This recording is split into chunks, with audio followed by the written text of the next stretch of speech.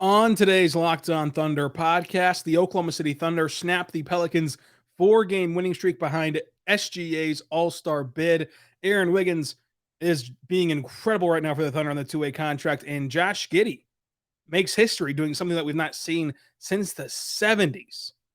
What a game this was for the Thunder. What a win this was for the Thunder. We're going to recap it all after this on the Locked On Thunder podcast on the Locked On Podcast Network, your teams every day.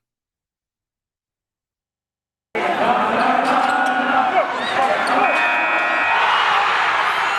are Locked On Thunder, your daily Oklahoma City Thunder podcast. Part of the Locked On Podcast Network, your team every day.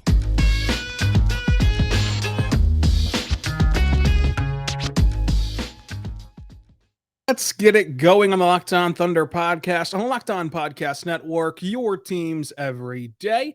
I am your host, Rylan Stiles. You can follow me on Twitter at Rylan_Stiles. You can follow the show on Twitter at LOThunderPod and even email the show, LOThunderPod@gmail.com. On today's show, we will talk about the Thunder knocking off the New Orleans Pelicans, ending New Orleans' four-game winning streak. SGA puts up 31 points. Aaron Wiggins was incredible in his breakout game. Josh Giddey makes history, and yet another game where the Thunder really controlled this game out of the chute. So much to dive into, so much to get to. This is Locked On Thunder on the Locked On Podcast Network. It's your teams every day. Subscribe for free across all platforms and make this your first listen every single day, every single morning. We're here for you talking Thunder basketball. So subscribe across all podcasting platforms and on YouTube so you never miss an episode. Well, let's get into the game overview that we always do. And in this game, the Thunder were without Darius Bazley and Tre Mann, who both entered health and safety protocols. For Bazley, he entered in the afternoon before the game. For Tre Mann, he entered after warmups because he tested negative in the morning, according to the head coach. And then he was reporting symptoms in about the afternoon, and then he got retested, and then he got pulled from the game after he went through warmups with the Thunder. Now, Sam Presti, again, going back to the preseason, going back to media day, Sam Presti said that the entire roster has been vaccinated. And so with the new rule changes, that can change how long these players are in the health and safety protocol. If you're vaccinated and you're having no symptoms, which we don't know about Bazley, but we know that Tre Mann did have symptoms. If you're having no symptoms, then you can get out in 6 days. Now, of course, the other protocol was 10 days, so we'll see just how long these two players last. And so far in the NBA, there have not been very many cases of a team only experiencing two go in the health and safety protocols. Whenever these happen, it typically has an avalanche effect, but we'll see what happens moving forward. This is a very unpredictable thing, and there's not really any point, in my opinion, to keep talking about it other than what we know for a fact. What we know for a fact is Bazley and Tre Mann are out. Vitt was out, of course, with his G League assignment. We'll see if they kind of recall him in the midst of this, since they're going to be missing two players for at least a few games here. And again, this is a week where whenever you enter health and safety protocols, you're going to miss a loaded week where you play a back-to-back on Tuesday and Wednesday, and you play the Knicks on Friday, and then play the Mavericks on Sunday. So there's a lot of games this week where the Thunder might be a little short-handed. In this game, those still out those players. Gabriel Deck did not play. Isaiah Roby did not play. And Paul Watson Jr. did not play. Although they were not inactive, they were a DNP coach's decision. For the Pelicans, along with their players who were out for a long amount of time, like Zion Williamson and Kerr Lewis Jr., they also missed Anthony Tolliver, who they just signed on the hardship. They're missing Jonas Valanciunas and Nickeil Alexander-Walker. And then Brandon Ingram, their star player, only got to play 8 minutes in this game before he left for an injury. So hopefully Brandon Ingram's okay, and he only played 8 minutes tonight against the Thunder. The Thunder started with SGA, Lou Dort, Josh Giddey, Aaron Wiggins, and JRE. The Pelicans start Devontae Graham, Josh Hart, Brandon Ingram, Herb Jones, and Willie Hernan-Gomez. So how did the Thunder win this game? The Thunder raced out to a big lead with a very hot start, and they played with a ton of energy. This lead eventually grew to 17 points. The Thunder shot 52% in the first quarter from the floor. They shot 48% in the first half, and in the second half, that totals out to 47.7 for the game from the floor for the Thunder. So it's a very good offensive night for them. One of their better games in general, and they're now stacking good games upon good games. As you saw last week and heard last week, we talked about how last week was kind of their first ever game where they were in control in the driver's seat for 99% of it. And this game was the same way. And credit to this young Thunder team. The lead changed 4 times in this game. New Orleans had that scrappy run, and they even took the lead in the fourth quarter, but Oklahoma City fought right back. And so seeing that growth is big for the Thunder long term. It's hard for young teams to close out games, number one. So the fact that they closed this game out and won was huge. It's hard for young teams to battle through adversity, and they did that. Whenever they had this 17-point lead, it got dwindled down to where the Pelicans took the lead, and then they fought right back, regained the lead, and won the game. So all that is great for the Thunder, no matter who you play against, and no matter what your season goals are in terms of win-loss record. So that's all just incredible stuff for this Thunder team. Now, New Orleans in this game had that scrappy run. They forced the Thunder to lose the rebounding battle by 2, so New Orleans out-rebounded Oklahoma City by 2 rebounds. The Thunder also had 2 more turnovers, and they shot 36% from 3. However, they held New Orleans to 24% from beyond the arc, and that was really the big gaping difference in this contest. The Thunder made 3 more threes than the Pelicans, and they ended up winning this game. The Thunder lost the points in the paint 54-48. They won the second chance points 12-11. The Thunder lost the fast break points 17-9, a rare game where you do see them lose that fast break category by a wide margin, but they still win the game. Typically, fast break points have been a big barometer of success for the Thunder. The Thunder had 6 players score in double figures. The Pelicans had 6 players as well in double figures, though. Again, the Thunder made 3 more threes, but Josh Hart was awesome tonight. Josh Hart scored 29 points while making 58% of his shots on 10 rebounds. So a big double-double from him. He played 38 minutes tonight. He was exhausted. He was trying to get this win for the Pelicans. And Garrett Temple played well again. I mean, Garrett Temple played well a couple weeks ago whenever the Thunder and Pelicans played. And, of course, Devontae Graham had that humongous shot, that 61-footer to win this game for the Pelicans. But it's a different story tonight as the Thunder win 117-112. The Thunder will now be 2 games back of the play-in, and 2 more wins than the Rockets were in last place of the West. So you're still kind of right there in the middle of those 2 spheres. If you're somebody who wants the Thunder to go all in for the play-in, or for somebody who wants the Thunder to go all in for the first overall pick, equally opposite of each other, equally kind of further away from their destinations there. So eventually the Thunder need to decide who they're going to be and what they're going to be. But in the meantime, this team is really, really fun to watch, and they're growing in real time right before our eyes. It's a shame that Bazley enters the protocol right whenever he gets comfortable in that bench unit, right whenever he plays well with that bench assignment that he's been given. And so, of course, Trey Mann also, it's a shame he goes in there as he's playing a lot better as well. Now, hopefully for Bazley, he's no symptoms, and hopefully for Trey Mann that those symptoms that he was reporting yesterday are mild and that they kind of go away quickly for him, and that they are all okay. But again, we'll see how that all unfolds. The Thunder do practice today, so we'll hear from coach after practice and a player after practice, and kind of get the lay of the land of how that went, and kind of what to expect for tomorrow against the Kings as they head out west for a late night week here on Locked On Thunder. So make sure you stay tuned and subscribe across all platforms, including our new platform of YouTube. But this game was a lot of fun to watch. SGA was simply special.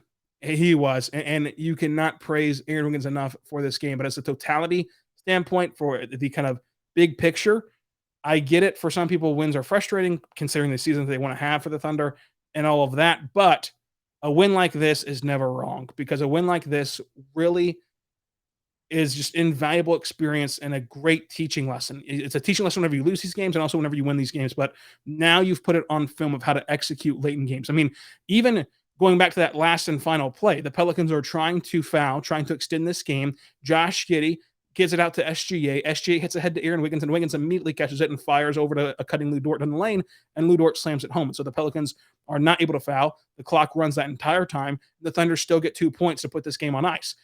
That execution, being that seamless with your ability to play make and pass the ball, and being able to maneuver the defense in that way, is incredibly hard for 10-year vets, much less a group of guys that are majority rookies, second-year players, third-year players. So I was really impressed with the Thunder in this game and their ability to kind of stave off the Pelicans even after their big run. In this game, to me, the MVP is going to be Shai, because Shai scored 31 points and played at that all-star level, as all-star voting did open up for the public on Christmas Day. So make sure you're voting for Shai on Twitter and NBA.com and everywhere else that you can vote for Shai to make the all-star game. But we're going to get into his all-star bid and get into his phenomenal game all coming up, as well as, of course, Josh Giddey making history and Aaron Wiggins breaking out in a big, big way. But let me know what you thought about this win over the New Orleans Pelicans down below in the comment section on Twitter at Ryland_Styles or at LO Thunderpod on Twitter as well.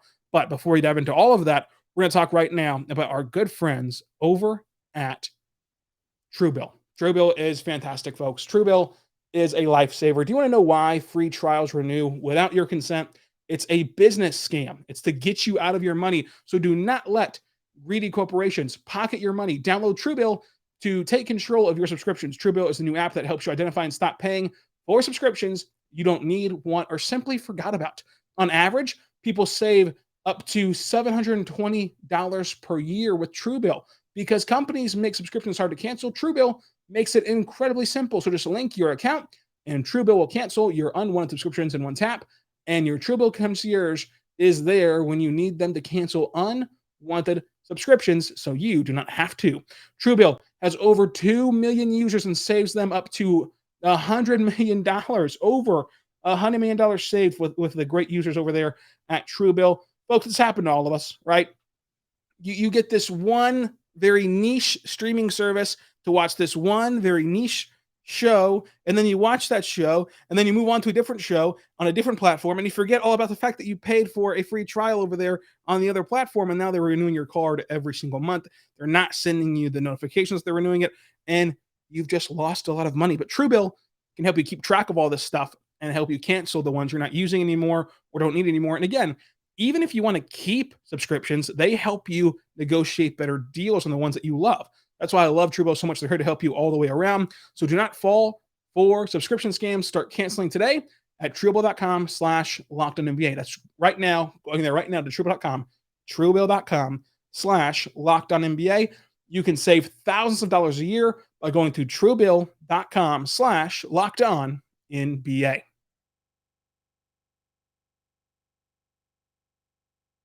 We are back on the Locked On Thunder Podcast, on the Locked On Podcast Network, your teams every day. I am your host, Rylan Stiles. You can follow me on Twitter at Rylan_Stiles. It's at RYLAN_STILES. Thank you for making Locked On Thunder your first listen every single morning, every single day. We are here for you, talking Thunder basketball. Subscribe for free across all platforms, including the new platform of YouTube. And thank you for making Locked On Thunder your first listen, but also for your second listen, go check out the Locked On Now podcast. It's a nightly recap show of every NBA game with analysis from our local experts.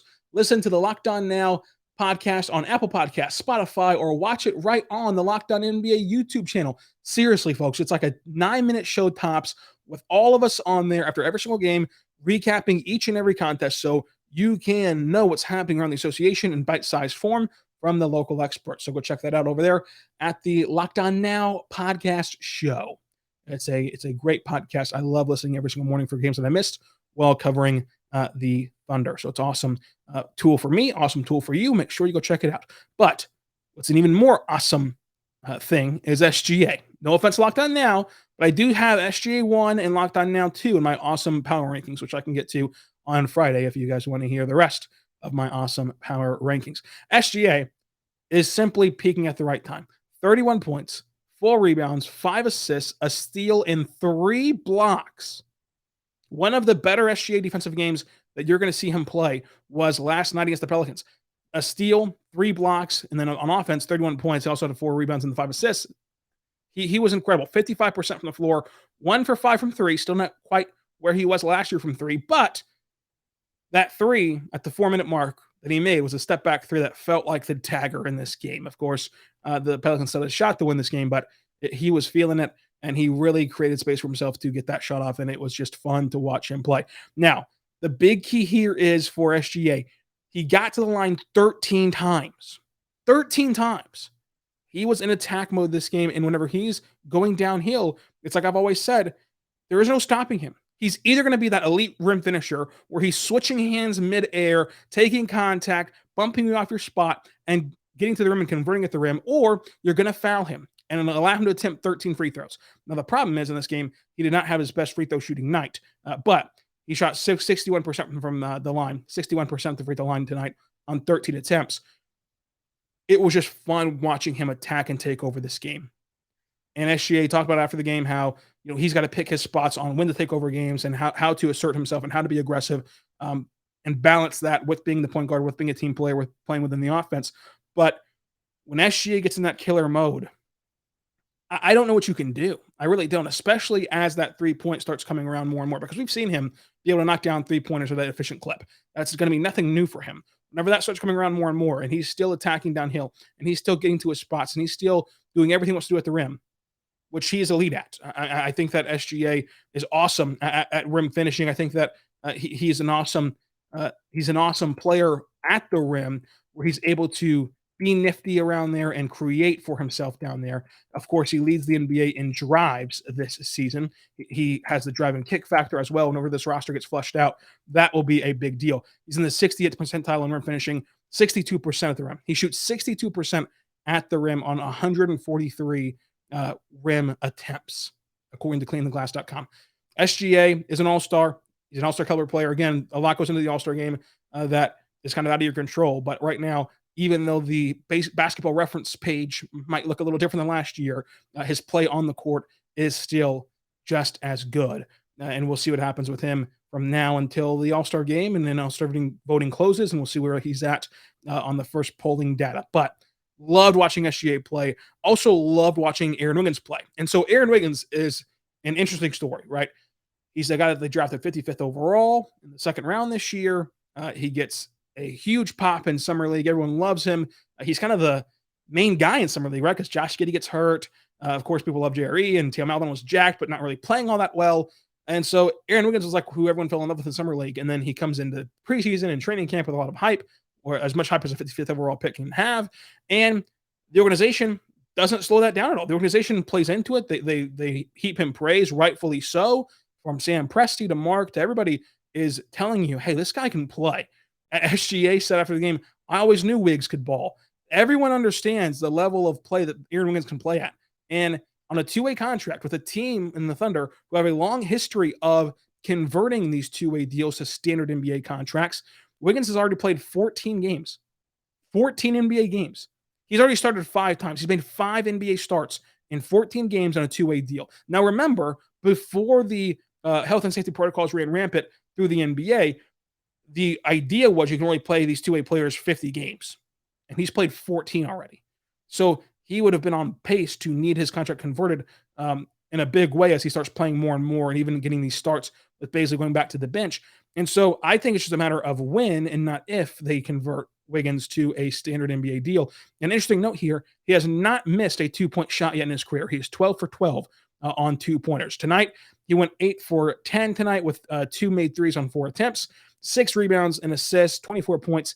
Just an incredible cutter. He's a great relocator off ball. And you've noticed me praise that with Giddey and praise that with other players as well. That seems to be a staple of what Mark is trying to implement to these young players is how to move off ball, how to find the soft spot of the defense, and how to relocate yourself and allow yourself to get open for these playmakers. That's why you have so many playmakers on this team, is for other players to be able to get set up by them and for them to set up the playmaking path for whoever has the ball at that given moment to dish it out to them for an open look either at the rim or beyond the arc. So it's been awesome to watch this happen for a rookie, and he was just good. Like, he was really good defensively. He was really good offensively with his ability to play within the flow. And while he scores 24 points, again, he gets there with 10 attempts and goes 8 for 10 and just kind of plays his style. Like, there was nothing flashy. There was nothing pressing. He was not hunting shots. He was not hunting looks.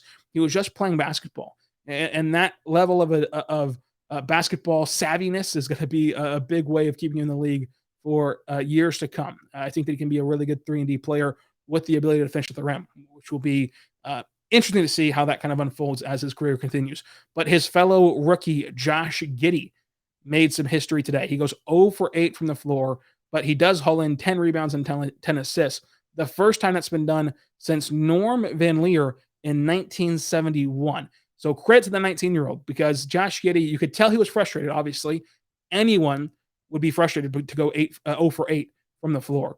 But he did not let that deter him from playing in this game, or he did not let that deter him from continuing to play his role.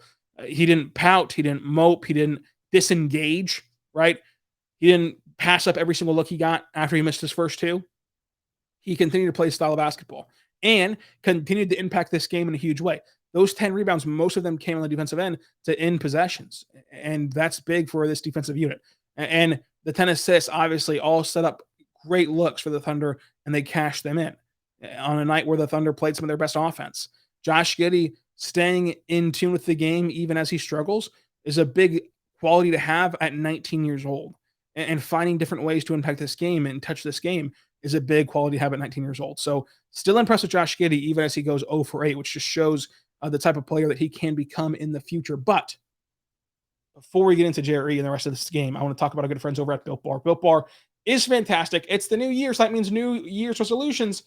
And if yours is about getting fit or eating healthier, make sure you include Built Bar in your plan. Built Bar is a protein bar that tastes like a candy bar, maybe even better than a candy bar. Built Bar makes it easier to stick with your resolutions because it tastes so good. You'll want to eat it, unlike other protein bars, which can be chalky or waxy or taste like chemicals spilled all over it. You want the healthy option, and you want to get that great taste. And by week 3, you might be thinking, this is not worth it. Where's the chocolate? Well, I got to tell you where the chocolate is. Built Bars are covered in 100% real chocolate. Most Built Bars contain 130 calories, 4 grams of sugar, 4 grams of net carbs, and 17 grams of protein. Compare that to a candy bar, which usually has around 240 calories, 30 grams of sugar, and dozens of net carbs. Here's an idea for the new year. Go to all your secret treat stashes at home, in the pantry, at the office, in the car, whatever. Throw out all those treats and replace them with Built Bars. When you're craving a snack or a treat, you can reach for something that's healthy for you and tastes incredible. Even if you're not a huge fan of working out, you can at least eat something that tastes good and is good for you. That way, you can enjoy a delicious Built Bar. You can always count on it to work for you and help you give that boost of energy that you need throughout the day. There are so many great flavors to choose from. My favorite is cookies and cream, so go try a cookies and cream Built Bar today by going to Built.com. Use the promo code LOCK15, and you'll get 15% off your next order. That's LOCK15, 15% off your next order at Built.com. With the cookies and cream Built Bar is my recommendation for you. So check it out. Built.com, promo code LOCK15, 15% off your next order.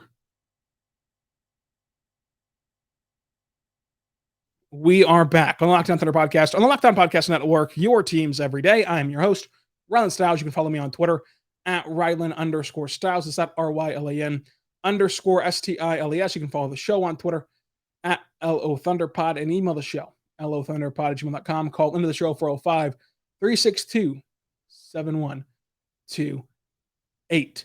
Now, thank you again for making Locked On Thunder your first listen every single morning, every single day. We're here for you, talking Thunder basketball. For your next listen, go check out the Locked On Bets podcast, which is getting you set for all your betting needs as we ramp up to the college football playoffs this weekend and the NFL playoffs coming around the bend as well. So make sure you go check out Locked On Bets to help you out and win you some money. It's a free podcast every single day on the Locked On Podcast Network. So let's continue diving into this game for the Oklahoma City Thunder. And in this game, Jerry was awesome. I love what Jerry can do. He's the perfect modern-day big man. 15 points and assists, 7 rebounds, 55% from the floor, 3 for 6 from 3. Jerry stretched the floor and was a great option for this Thunder team. And I think that you don't want to get too high or too low with either performance, but Jerry has shown you staying power. And as a second-round player, to have staying power in this league is a big deal, right? That's what you're looking for. In the second round, you're not looking for the MVP like Jokic, but you're looking for someone who can just be an NBA role player and an NBA player long-term. If you get that, you've done a hell of a job in the second round. And Jerry simply is that. Now, again, is he going to be a starting center forever? I don't think so. I don't think he's your starting center in the future, but he is a very important player for your future, especially as his offensive weapon for the Thunder second unit. I mean, imagine pairing Jerry with whoever you get to fill out this roster. I mean, that goes a long way in getting players who can perform on the offensive end. Kenny Hustle just does what he does. 21 minutes, 10 points, 5 rebounds, 57% from the floor, really good defense. It's incredible the way that Kenny Hustle is always making plays and always performing. He's very steady. He's very consistent. And it's really hard to do, in my opinion, off the bench. I think that off the bench, to every single night ramp up your body and to get into that routine and that consistency is even more impressive off the bench. So credit to Kenny Hustle for always being ready. And I'm sure that it might have felt good to do that against the Pelicans for him. Theo Maledon just deserves a ton of credit. I imagine that he was not in the rotation at 1 p.m. yesterday. And then Tre Mann starts reporting symptoms, I'm sure, around that time, as Mark said. And then Mark's like, hey, we might miss Tre Mann, so be ready, Theo. And then they pull Tre Mann off the floor, and so now Theo plays 20 minutes tonight, and he only missed 2 shots on his way to 12 points. His first time in double figures this year, 2 assists, 5 rebounds in this game.